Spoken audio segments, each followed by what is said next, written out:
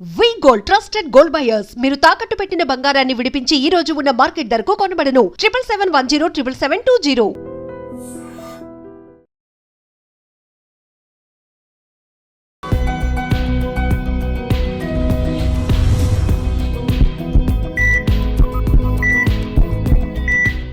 Welcome to Healthy Conversation with iDream. Na peru Lumpini. Today we have surgical gastroenterologist Dr. Sriman Narayan garu from Yashoda Hospitals. Gut గురించి gut related health issues గురించి let's talk to him. Hello sir. Hello అమ్మా. Sir stomach ulcers అంటూ ఉంటారు కదా, దానిలో కూడా చాలా రకాలు ఉండొచ్చు. But what exactly stomach ulcer and ఇది కంపారిటివ్లీ మనకు అసిడిటీతో కంపేర్ చేస్తే ఎలా డిఫరెంట్ అంటారు? జనరల్గా అండి ఈ ఎస్డిటీ అనే దాంట్లో ఏంటంటే ఒక్కొక్కళ్ళు ఒక్కొక్క టైప్ ఆఫ్ టెర్మినాలజీని యూజ్ చేస్తారు. జనరల్గా ఏంటంటే ఒక లోకల్ నార్మల్ పబ్లిక్ అనుకోండి, అంటే ఏమీ రాని పబ్లిక్ అనుకోండి, చదువు రాని ఇల్లిటరేట్ వాట్ ఎవర్ థింగ్, వాళ్ళు ఏం చెప్తారంటే తినేది అరగలేదండి, కొంచెం తినగానే బాగా టైట్గా ఉంది, అసలు తిన్నది నేను ఎప్పుడు మార్నింగ్ తిన్నాను ఇప్పుడు దాకా అరగలేదండి. Okay, that is the same. అట్లా కాకుండా కొంచెం సిటీలో ఉన్న వాళ్ళు కానీ బాగా చదువుకున్న వాళ్ళు నాకు గ్యాస్ట్రిక్ ప్రాబ్లం ఉంది, బ్లోటింగ్ ఉంది, బెల్చింగ్స్ వస్తున్నాయి, అంటే తేన్పులు ఎక్కువ వస్తున్నాయి అని వాళ్ళు చెప్తారు. కొంచెం వర్డ్స్ డిఫరెంట్గా ఉంటుంది. అట్లా కాకుండా ఇంకా కొంచెం మెడికల్కి సంబంధించిన వాళ్ళు ఏం చేస్తారంటే నాకు గ్యాస్ట్రైటిస్ ప్రాబ్లం ఉంది అని చెప్తారు అనమాట. రైట్. అదే పేషెంట్కి నేను ట్రీట్మెంట్ రాసేటప్పుడు ఏంటంటే యాసిడ్ పెప్టిక్ డిసీజ్ అని రాస్తాను, అంటే ఏపీడీ అని రాస్తాను. అలా కాకుండా ఒక మెడికల్ గ్యాస్ట్రోఎంట్రాలజిస్ట్ ఎండోస్కోపీ చేశారండి, చేసిన తర్వాత ఏం రాస్తారంటే oesophagitis, duodenitis, gastritis, stomach gastric ulcer, peptic ulcer. ఇప్పుడు నేను లే పర్సన్ దగ్గర మొదలుపెట్టిన వర్డ్ ఈ వర్డ్ సేమ్, అన్నీ సేమ్. ఓకే, అంతే తప్పించి ఒకదానికి డిఫరెన్స్ ఏం లేదు. డిఫరెన్స్ ఎప్పుడు వస్తుంది అంటే సివియారిటీ, అంటే పేషెంట్ యొక్క కంప్లైంటే సివియారిటీ. అంతే తప్పించి ఫస్ట్ చెప్పిన ఇండైజెషన్ ప్రాబ్లమ్కి లాస్ట్ చెప్పిన పెప్టిక్ అల్సర్ అనే టెక్నికల్ వర్డ్స్కి ఏం డిఫరెన్స్ లేదు, ఆల్ ఆర్ సేమ్. కాకపోతే ఒక్కొక్కరు ఒకటి యూజ్ చేస్తారు. నేను ఎండోస్కోపీ చేసినప్పుడు నాకు లోపల అల్సర్స్ కనిపిస్తే నేను యూజ్ చేస్తాను, తప్పించి నో డిఫరెన్సెస్ అని. యాక్చువల్గా కంప్లైంట్ని బట్టే మారుతుంది అనమాట. సపోజ్ నాకు పేషెంట్కి ఈసోఫాజైటిస్ అని వచ్చింది వర్డ్ అనుకోండి, ఆ పేషెంట్కి మేమేం చెప్తామంటే రిఫ్లెక్స్ డిసీజ్ ఉందని చెప్తాం అనమాట. అంటే యాసిడ్ ఫుడ్ పైప్లోకి వెళ్ళి ఈసోఫాగస్ని, అంటే ఫుడ్ పైప్ని డ్యామేజ్ చేస్తుందని చెప్తాం. దాన్ని ఈసోఫాజిటిస్ అంటాం, రివర్స్ వెళ్ళటం వల్ల. వాళ్ళకి ఏంటంటే ట్రీట్మెంట్ డిఫరెంట్ ఉంటుంది. యాక్చువల్గా వాళ్ళకి ఏంటంటే జనరల్గా సర్జరీకి వెళ్ళాల్సి వచ్చే ఛాన్సెస్ ఉంటాయి. అట్లా కాకుండా ఓన్లీ గ్యాస్ట్రైటిస్ ఉన్న వాళ్ళు, ఓన్లీ స్టమక్లోనే కంప్లైంట్ ఉన్న వాళ్ళకి ఏంటంటే మనం మెడిసిన్స్ మేనేజ్ చేసుకుంటే సరిపోతుంది. మెడిసిన్స్తో పాటు ప్రతి పేషెంట్కి కంపల్సరీ డైట్ మోడిఫికేషన్ ఉంటుంది, స్ట్రెస్ ఇష్యూస్ ఉంటాయి, ఫిజికల్ యాక్టివిటీస్ ఉంటాయి. సో ఎవరికి ఉన్నది ఏంటంటే మనం హిస్టరీ ప్రకారం చెప్పాలి యాక్చువల్గా. సో హిస్టరీలో పేషెంట్ నాకు కొంచెం తినగానే టైట్ ఉందండి, లేకపోతే పొట్టంతా బెలూన్ లాగా ఉప్పిపోతుంది, తేన్పులు బాగా వచ్చేస్తున్నాయండి అని చెప్తే నెక్స్ట్ ఏంటంటే కొన్ని రోజులు ఒక 3 days బాగుంటుంది, 3 days బాగోదు, ఏం తిన్నా లేజీ ఫీలింగ్ వస్తుంది, తిన్నట్టే ఉండదు, వర్క్ చేసినట్టే అనిపించదు. ఇవన్నీ ఏంటంటే గ్యాస్ట్రిక్ ప్రాబ్లం ఉన్నాం, అంటే నార్మల్ గ్యాస్ ప్రాబ్లం. వాళ్ళు కానీ గట్ట ఎన్ని సైన్స్ ఇస్తుందో మనకి, గట్ట మనకి కంప్లైంట్స్ అన్ని క్లియర్గా చెప్తుంది. ప్రాబ్లం ఏంటంటే మనం డాక్టర్కి చెప్తాం. Right right. అది అలా కాకుండా ఏంటంటే కొంతమందికి లేదు నాకు స్టమక్లో ఏ ప్రాబ్లం లేదండి, ఛాతిలో బాగా మంట అనిపిస్తుంది, నెక్స్ట్ ఏంటంటే గొంతు లోపలికి ఏదో ఒక తేన్పులాగా వచ్చి వాటర్ లాగా అని అన్నం మెతుకుల్లాగా అని వస్తున్నాయి, నైట్ టైం పడుకున్న తర్వాత కాఫ్ వస్తుంది, లేకపోతే లాంగ్ టర్మ్ ఒక 3-4 months నుంచి కాఫ్ ఉంటుంది. ఇవన్నీ reflux problems. First problem gastric ప్రాబ్లమ్స్కి మెడిసిన్స్, డైటరీ మోడిఫికేషన్స్ చేస్తే చాలు. సెకండ్ ప్రాబ్లంకి ఏంటంటే మెడిసిన్, డైటరీ మోడిఫికేషన్, దాంతోపాటు పొజిషనల్ చేంజ్ అని చెప్తాం. అంటే రాత్రిపూట పడుకునేటప్పుడు తల దగ్గర కొంచెం హైట్ పెట్టమని చెప్తాం. హైట్ అంటే పిల్లోస్ కాదు, బెడ్ హైట్ లిఫ్ట్ చేయాల్సి వస్తుంది, అంటే బెడ్ హెడ్ సైడ్ కొంచెం లిఫ్ట్ చేసుకోవాల్సి వస్తుంది అనమాట. కానీ వీళ్ళలో చాలామందికి ఏంటంటే మెడిసిన్స్తో పెద్ద మేనేజ్ అవ్వదు, వాళ్ళకి రిఫ్లెక్స్ నిజంగా ఉంటే వాళ్ళకి సివియారిటీ ప్రకారం ఏంటంటే మనం సర్జరీకి వెళ్ళాల్సి వస్తుంది. సో ఏ పేషెంట్ అతని హిస్టరీ ప్రకారము మనం మెడిసిన్స్ ఇస్తే అతను ఎలా మేనేజ్ అవుతుంది, రిలీఫ్ వస్తుందా లేదా అని బేస్ చేసుకొని మనం ట్రీట్మెంట్ ఇవ్వాల్సి వస్తుంది అనమాట.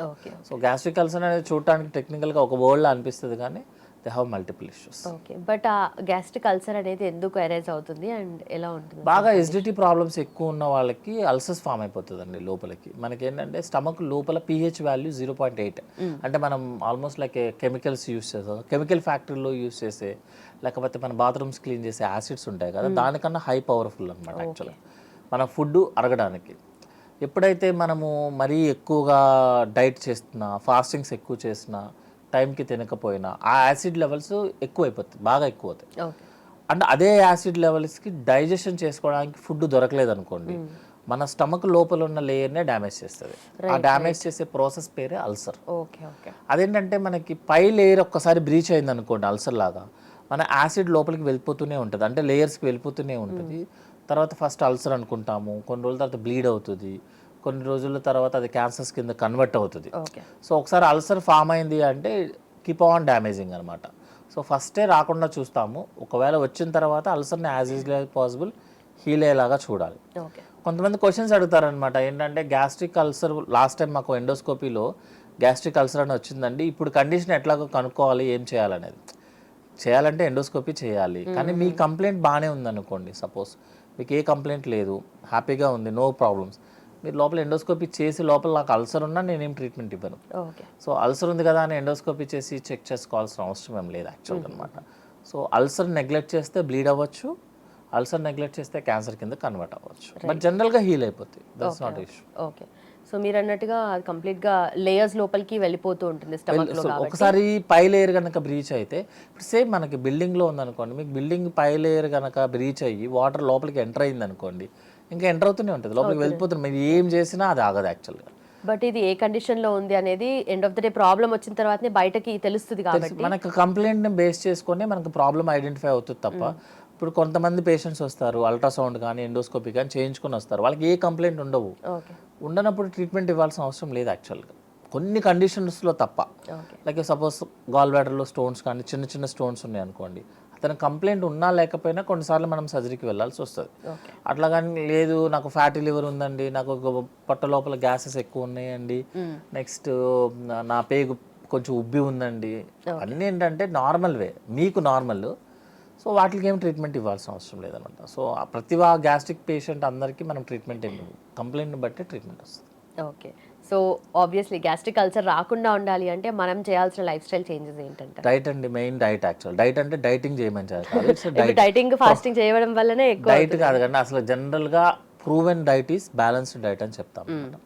60% కార్బోహైడ్రేట్ ఉండాల్సిందే, బాడీకి వెళ్ళాల్సిందే, 20% ఫ్యాట్, 20% ప్రోటీన్, అండ్ అట్లీస్ట్ ఒక 25 to 30 grams of fibre, 3 liters of water, everyday 45 minutes of physical activity and 8 hours of sleep. దీన్ని balanced diet with balanced lifestyle అంటారు. దీన్ని మించింది ఇప్పటికీ కాదు, నేను ఇప్పటికీ చెప్తాము, దీన్ని మించిన డైట్ ఇప్పటి వరకు రాలేదు, ఇక రాదు, ఉండదు కూడా. ఒకవేళ వచ్చినవి అన్నీ కూడా వస్తాయి పోతుంటాయి కదా తప్ప, ఇది మాత్రమే నిలబడుతుంది. ఎందుకంటే ఇదే డైట్తోనే మనం ఇన్ని సంవత్సరాలు సర్వైవ్ అయ్యాం. ఒక్క టైంలో ఉన్న ఎన్విరాన్మెంట్ని దాటే మనం ఇక్కడ దాకా వచ్చాము. సో కోవిడ్లు ఇవన్నీ దాటి కదా మనం వచ్చింది, ఇప్పుడు వచ్చే చిన్న చిన్న వాటి don't bother actually. So balanced diet నన్ను లైఫ్ స్టైల్ కొంచెం స్ట్రెస్ లెవెల్స్ తగ్గించుకొని వెళితే సపరేట్గా డైట్ చేయాల్సిన అవసరం ఏం లేదు యాక్చువల్లీ. కరెక్ట్. అసలు ఆ బేసిక్దే కరెక్ట్ అయిపోతే మిగతా కొత్తగా మీరు కీటో డైట్ అని చేస్తారు. సపోజ్ నేను అనుకుంటా కీటో డైట్ చేద్దాం అనుకున్నా, మీరు మొత్తం ప్రోటీన్ ఇచ్చేస్తారు బాడీకి, మీరు మొత్తం ప్రోటీన్ బాడీకి ఇస్తే ప్రోటీన్ మొత్తం అరిగించుకోవాల్సిన అవసరం బాడీకి ఏంటండి?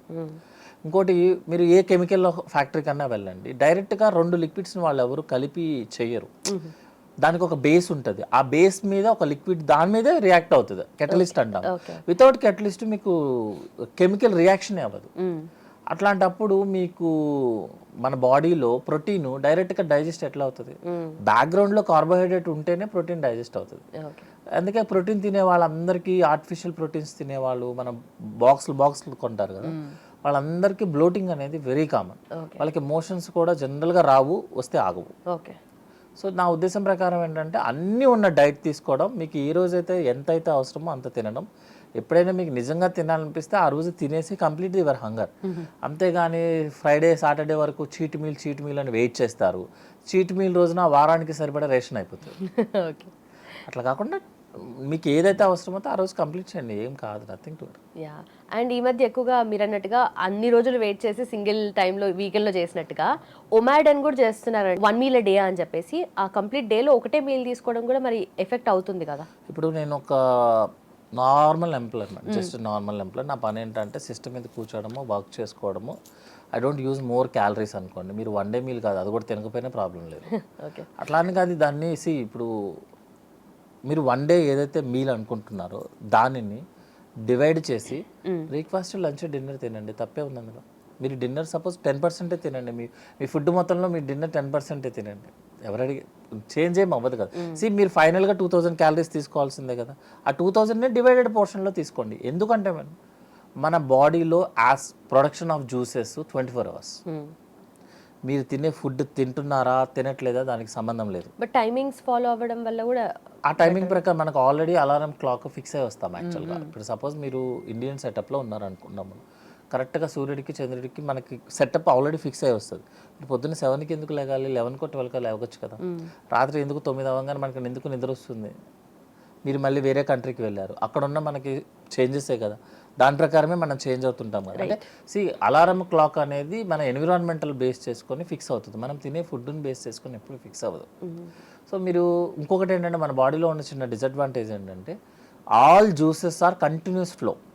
Liver juice is almost 2 litres juice production చేస్తుంది, 1 డ్రాప్ కూడా లివర్లో స్టోర్ అవ్వదు. కంటిన్యూస్గా వచ్చేస్తూ ఉంటుంది బయటికి. మరి వచ్చిన జ్యూస్ ఫుడ్తో డైజెషన్ చేసుకోకపోతే అది ఎవరిని డైజెస్ట్ చేయాలి. మీకు సెలవా అంతే, 600 ml సెలవా వస్తూనే ఉంటుంది. మీరు డైజెషన్కి వాడరు దాన్ని, మరి ఎక్కడ వాడాలి దాన్ని. ప్యాంక్రియాటిక్ జ్యూస్, ప్యాంక్రియాస్ ఉంటుంది, almost like 3 litres juice release చేస్తుంది. ఎక్కడ వాడాలి దాన్ని. మీరు తినరు, మీరు హ్యాపీగా ఎప్పుడో 6 o'clock తింటారు. ఈ జ్యూస్ అంతా ఏం చేయాలి, స్టోర్ అవ్వదు. డోంట్ స్టోర్ ఎనీథింగ్, జస్ట్ సర్క్యులేషన్లో తిరుగుతూనే ఉంటుంది. అది ఫుడ్ దొరికితే డైజెస్ట్ చేసుకుంటుంది, కెమికల్ కంప్లీట్ అవుతుంది, దాని పని అది అవుతుంది, మోషన్లోకి వెళ్ళిపోతుంది. సో మీరు 1 day మీల్ దాని బదులు నా ఉద్దేశం ప్రకారం ఏంటంటే బ్రేక్ఫాస్ట్ 50%, 25% ఆర్ 30% లంచ్ తినండి, 20% డిన్నర్ చేయండి. ఎవరు అడిగారు, same calories. Right balance diet. Balanced. Right sir, thank you so much. Thank you.